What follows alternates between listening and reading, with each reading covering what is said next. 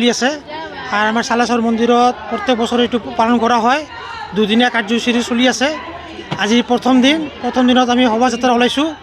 আমি সালাচৰ হনুমান মন্দিৰৰ পৰা ৰামচীতাবাৰী ঠাকুৰবাৰীলৈকে আহিছোঁ আৰু আজি সন্ধিয়া প্ৰগ্ৰাম আছে আমাৰ কীৰ্তনৰ, য'ত গুৱাহাটীৰ পৰা প্ৰসিদ্ধ ভজন গায়ক উজ্জ্বল মোৰে প্ৰগ্ৰাম কৰিব আৰু কালি ৰাতিপুৱা হনুমান জয়ন্তীত আমাৰ ৰাতিপুৱা পূজা হ'ব, তাৰ পাছত প্ৰসাদৰ বিতৰণ হ'ব।